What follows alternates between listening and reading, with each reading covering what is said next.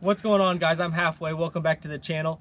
I'll apologize about the little bit of a delay in the video, but we've had a lot of changes going on in the holidays, and you know, you got family coming down and everything else. I'm sure you guys can understand. If not, well, as you see, the mud claws are now on the Tahoe. Ain't no laws when you're riding on them claws, boy. So we did sell the Ford. Like I said in the last video, I did not like it. It wasn't a bad truck. I'm not trying to hate on Ford, which I kind of am because it's 306 and didn't make no power. And you know, the Tahoe spins them just fine because we did a little bit of off video riding the other night. Well, so since the Ford's gone and the Ram Charger's blown up, we decided to get a new project.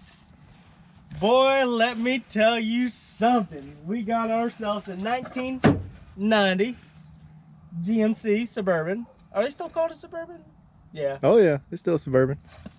With a 350 in it. Let's make that a hashtag.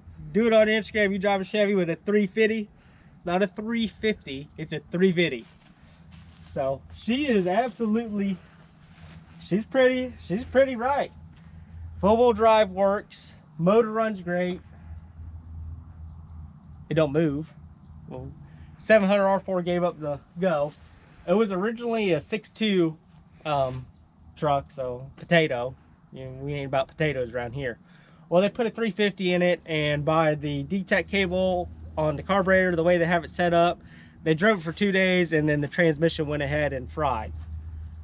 So we're gonna go ahead and drop it off at the transmission shop, get a training built for it. I've had really bad experiences with 700 R4s, like very bad. And I've kind of came to the realization, just drop it off at the training shop, have it rebuilt, make sure it's good with a warranty to go down the road, because you could spend all night throwing a used one in and next day be sitting on the side of the road. We'll go ahead and check out the interior on old girl. Power windows, power locks. Yes sir, fancy in here, boy. Windows don't work, but they're there. Hey, but they're there. That's They're half there. the battle. Look here, oh, seat ain't ripped, it ain't even blown out, nothing. Pads are still there. She's sweet, man. Go ahead and hit that dash, see the mileage on this girl. Oh yeah, she got a couple clicks on her. Well, you guys can see that. But that there is 423,316 point almost 3. So yeah, she's been rode a few times. She wasn't rode hard, and she definitely wasn't put up wet. Somebody should take care of this thing. Oh yeah. Back Seats even old shaggy wagon, baby. Is there? Oh, you know what? We need to put stabbing cabin across the front windshield.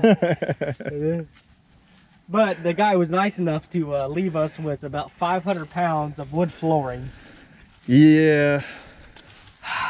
And a majority of it's trash. Like all these ones that are out in the open are trash, and these boxes might be okay. So you guys need to wood floor your house, hit us up. We got the materials. Hey, and if your floor ain't level, that's all right, because we got some warp stuff that'll fit. It does have a little rust. I mean, it's a 1990. I don't know, it's a little shaded on this side.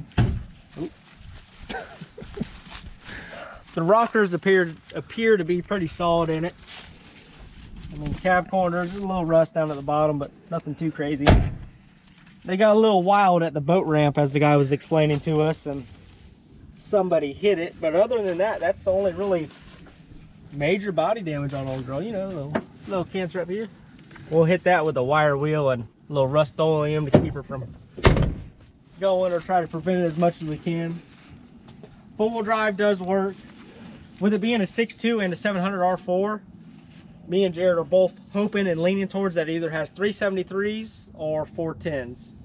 Fingers crossed 410s. Even though these are half tons, and we will probably go we'll probably end up going 1 ton down the road with gears and everything else, but we are lifting this one. This is going to be the build on the Halfway channel. We're going to go ahead and get ourselves a 12-inch super lift and run some 39.5 Boogadoogas, son. She's going to be a big girl. Oh, and I forgot to mention, I might as well go ahead and explain what happened to the buggy.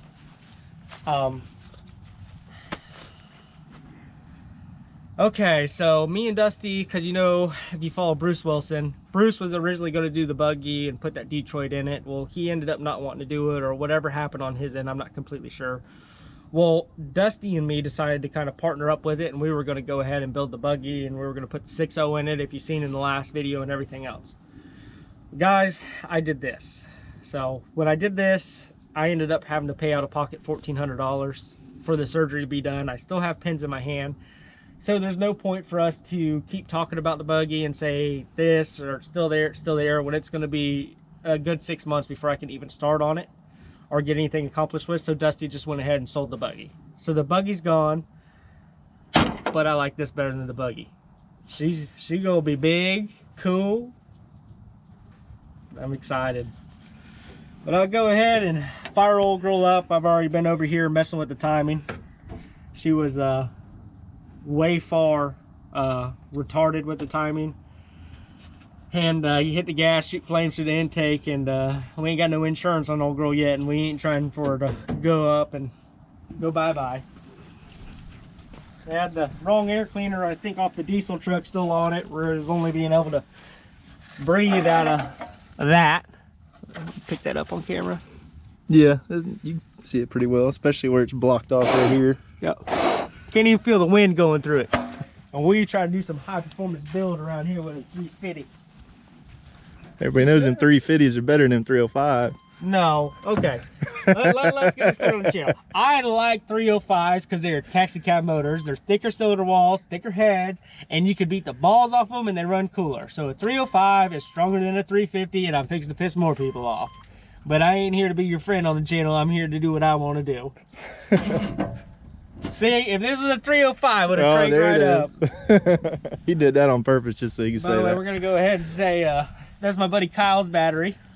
So me and Kyle are a little petty back and forth. That's whose house we're at, where we bought the other Tahoe and everything else. He bought a radio from me, like a nice double din, like $400 radio, and he wouldn't leave me alone about it. So I ended up selling to him for 120 bucks because I'm a nice friend. And he sends me pictures all the time of it, be like, oh, radio's still working, just being petty. Well, he wanted me to bring his battery back. Guess what? I kept your battery. Let's go ahead and start the old Tahoe up, which also has a 350 in it.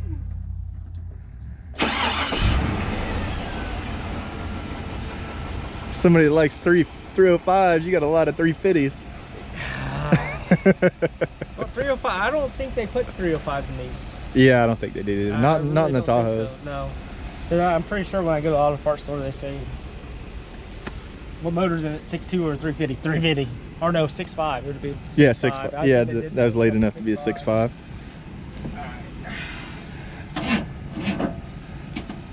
Looks like she's gonna have to give her the juice. Yeah, that battery was... We'll be back to y'all in about 5 minutes once the battery goes ahead and charges and we know it fires up, so that way we don't look like idiots on camera. More than we already do. Yeah, more than we already do. We're already kind of good at that.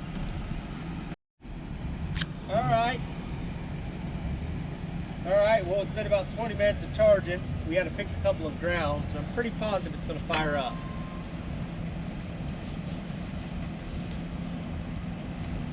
Yes, sir. Woo! There she is. All the splice pipes on the back, girl, son.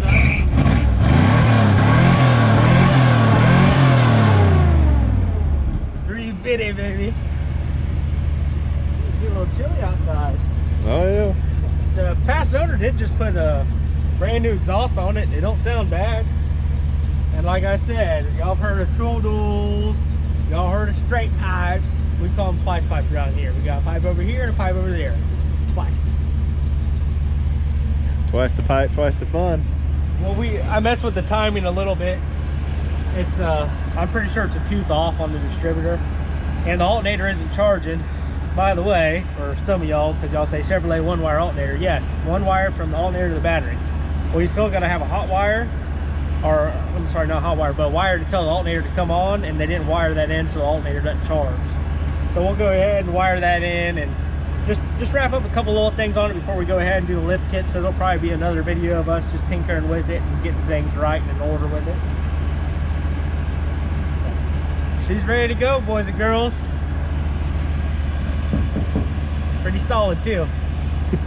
Oh, by the way, a couple days I get this off and I'm pretty excited, and if they try to put me in another cast, I'm running out. So y'all gonna see me with a hand that only moves this much for the rest of my life. Well, I appreciate all the views. Go ahead, smash that like button and subscribe to the channel to follow us on our new build. I'll catch you on the next one.